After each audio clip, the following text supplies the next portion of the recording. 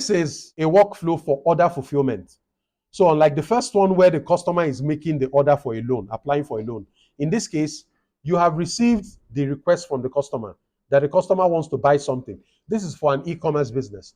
You've received the order from the customer, and now we've broken down what happens after the customer places an order. So the first task is customer places an order on the website. That is where order fulfillment starts from.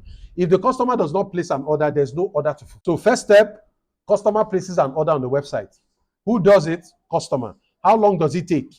Based on your website, 2 to 5 minutes. The second task is that the system generates the invoice. This is good because it's automated. If you were manual, it would take time. So the system generates the invoice. How long does it take? Instant. It happens instantly.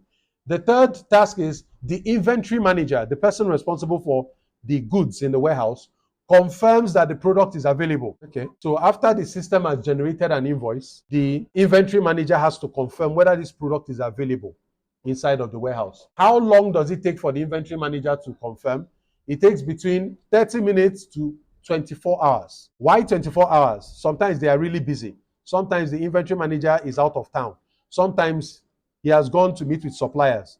So if he's under a lot of pressure, checking might take time. So there's a delay of almost 24 hours happening here. After the inventory manager confirms that the product is available, the order is printed and packaged. In here, they haven't specified how long it takes and who does the job. After the order is printed and packaged, the courier, the delivery service company, which is a third-party contractor, is contacted and scheduled. So in your business, in this business, you have prepared the order and then you call the courier company, the company that does deliveries for you, that there is a package for them to pick up at so time. You have to contact them and schedule a pickup. How long? Who does it? The operations team does it. It takes 1 to 3 days. The next task is a tracking number is sent to the customer. So the moment the order is ready to be shipped, the tracking number is sent to the customer. Why? So that the customer can use the number to track their package. This is quite common, even with DHL and many of them, you can track your package.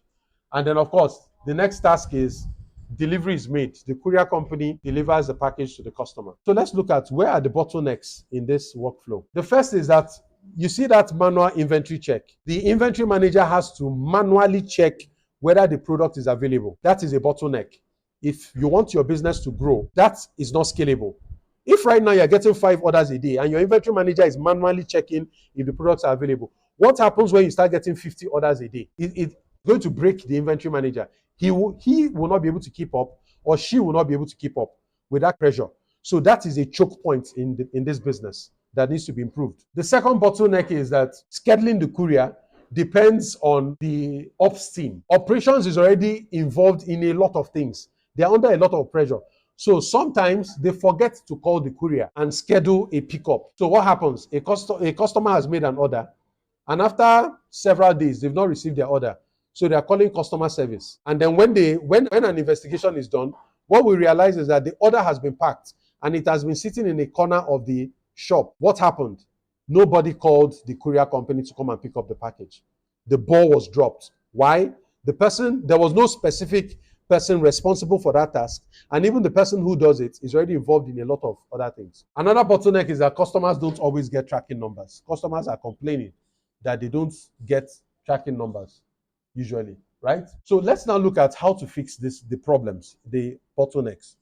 The first is you need to automate inventory confirmation. I actually think there's an issue with receiving orders. It's a problem actually.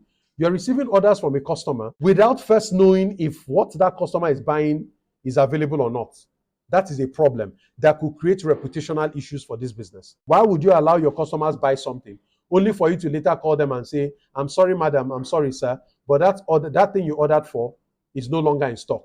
You should have told the customer that before they bought.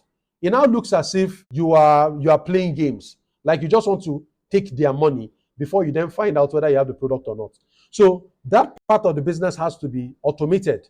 Before a customer buys, they should be able to know whether the product is in stock or out of stock. If you're interested in learning more about the topics I offer when it comes to starting building and growing a business. This is your opportunity to join my community. It's known as the BMG. I provide extensive courses on different topics and challenges that afflict business owners, from how to optimize your profits, how to manage costs, how to boost your sales, how to develop processes, how to scale your business. There's a whole lot that I can teach you. If you want to go deeper into my content, this is your chance. Go to the link on your screen right now, jointhebmg.com.